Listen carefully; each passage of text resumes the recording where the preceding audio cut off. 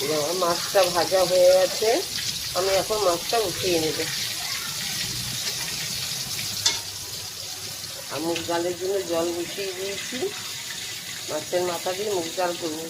আজকে দুটো রান্না একসাথে করবো। এই যে আমার সব মাছ ভাজা হয়ে গেছে, আর আমি মশলাটাও রেডি রেখেছি। শুধু একটু বেটে নেব, টমেটো আর পেঁয়াজ, জিরে লঙ্কা পেঁয়াজ কুচি সব রেডি আছে। মুগ ডালটা সিদ্ধ হচ্ছে, আর মাথাটাও ভাজা হয়ে গেছে, এখন আমি উঠিয়ে নেব।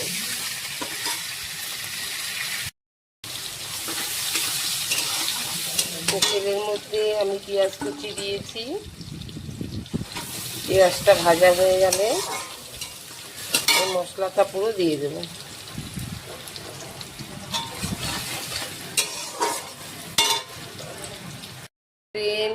এই যে আমার পেঁয়াজটা ভাজা হয়ে গেছে, আমি সব এক এক করে মশলাগুলো দিয়ে দিচ্ছি।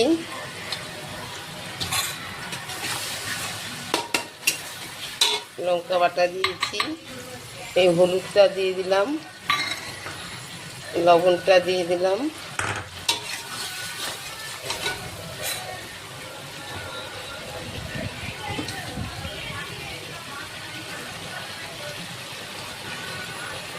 জিরে বাটাটা দিয়ে দিলাম,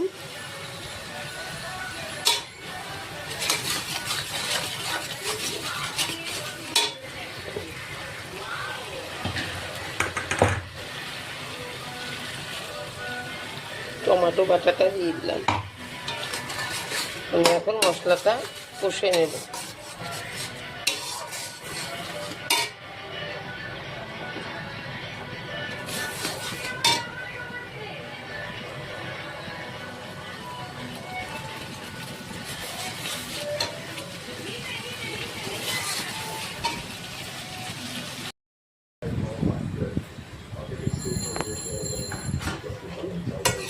আজকে আমি বানিয়েছি রুই মাছের কালিয়া।